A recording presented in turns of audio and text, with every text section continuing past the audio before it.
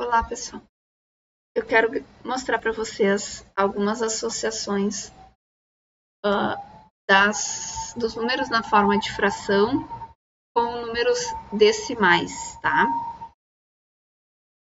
Aqui na forma fracionária significa forma de fração, né? Então aqui, a ideia é conhecer melhor os números decimais e sua associação aos números fracionários para que possamos transformar um decimal em fracionário e vice-versa. E aí, para isso, a gente vai precisar lembrar um pouquinho das frações equivalentes. Eu abri aqui um slide para falar sobre isso, mas quem ainda tem dúvidas sobre as frações equivalentes, pode buscar o material do ano passado, que eu comentei que está disponível ainda na sala de aula do Classroom, né? Na sala virtual do Classroom. Frações equivalentes, então, são frações que resultam em um mesmo valor decimal. Como assim? Primeiro, para obtê-las, devemos multiplicar ou dividir numerador e denominador por um mesmo número. Quando eu falo em fração equivalente, é a mesma ideia da simplificação de frações. Porque quando eu simplifico, eu estou trazendo uma fração equivalente a partir de uma divisão do numerador e denominador, tá? Então, a fração irredutível, ela é uma fração equivalente à fração de origem que a gente fez a simplificação. Então, frações equivalentes são frações. Como é que eu faço para encontrar? Multiplicando ou dividindo, então, numerador e denominador. Lembrando que, antes de falar sobre essa outra parte, eu vou falar aqui, ó, toda fração ela é uma divisão do numerador pelo denominador. Se a gente observar a fração 8/5, tá? Aqui no caso eu vou encontrar uma fração equivalente a 8/5. Vou multiplicar o 8 por 2 e o 5 por 2. Se eu multiplico 8 por 2, eu tenho 16. Se eu multiplico 5 por 2, eu tenho 10. E então, essa fração, 16 décimos, passa a ser uma fração equivalente a 8/5 com denominador 10, tá? Ou seja, é uma fração decimal com denominador 10, significa que ela é decimal. Quando eu faço, então, essa associação, eu sei que 8/5 é igual a 16 décimos. Se eu usar o processo de divisão de numerador pelo denominador, aplicando a divisão de 8 por 5, dividir 8 por 5 ou 16 por 10, eu chego ao mesmo resultado, que é 1,6. E aqui eu até desafio vocês a colocar isso numa calculadora para ver o quanto isso é real, tá? 8 dividido por 5 e 16 dividido por 10 vai resultar em 1,6, ou seja, 1 inteiro e 6 décimos, tá? Agora aqui, considerando algumas informações importantes aqui. Deixa eu só tirar isso daqui para não atrapalhar.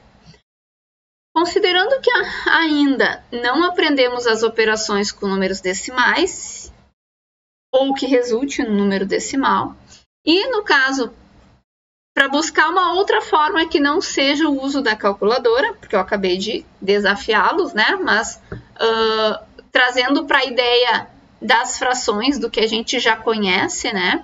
A gente sabe, então, que 8/5 e 16 décimos são equivalentes. Se a gente utilizar a fração 16 décimos, nós podemos fazer, então, o uso do conhecimento que a gente já tem de operações com frações para enxergar uma informação importante. Olha só, 16 décimos, tá? 16 décimos pode ser desmembrado. Como assim desmembrado? A gente precisa tentar associar o que a gente já conhece. A gente sabe que numa adição de frações, uma vez que o denominador é igual, a gente pode somar os numeradores, certo? Então, eu sei que 16 décimos, eu posso transformar isso em uma fração que nos leve a um número inteiro, né?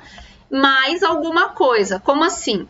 Eu sei que 16 décimos é a mesma coisa que eu fazer a soma de 16 mais 6, que aqui eu estou decompondo então o número 16, e mantendo o denominador 10.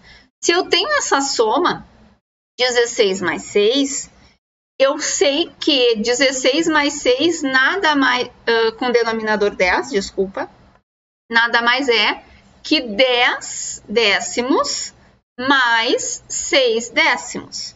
Ou seja, 10 décimos é 10 no numerador e 10 no denominador, e toda fração que tem numerador e denominador com o mesmo número nos leva ao valor 1. Por quê? Porque a fração é uma divisão e 10 dividido por 10 é uma unidade, né? 10 dividido em 10 partes nos leva ao resultado 1.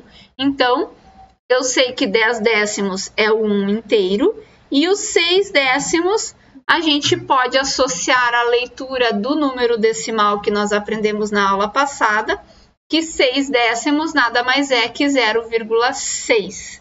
Então, sempre que eu tiver um número no numerador, um número qualquer, e o denominador for o 10, a leitura é décimos, da mesma forma que a gente faz a leitura dos números decimais, né?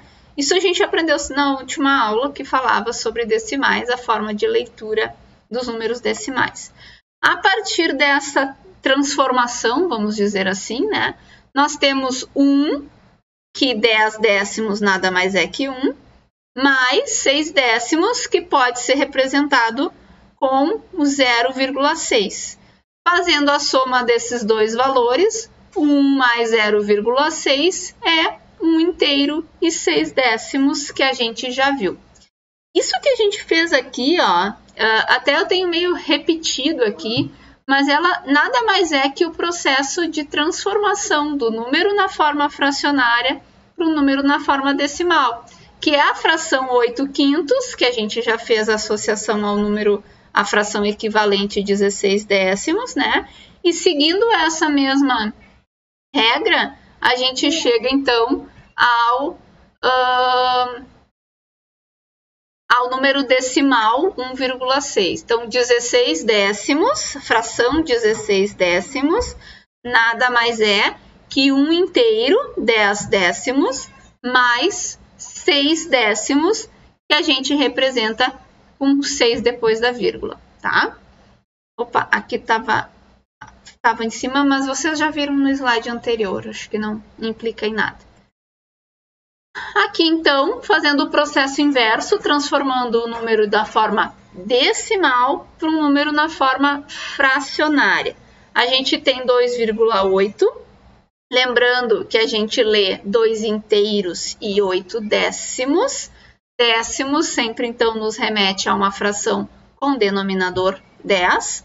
2 inteiros mais 8 décimos, que é exatamente o que a gente tem aqui. O 2 é um número inteiro e 8 é décimos. Décimos é o quê? 8 numa fração com denominador 10, né?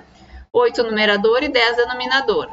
Fazendo as operações, as indicações de um MMC que vocês já conhecem, a gente consegue, então, trazer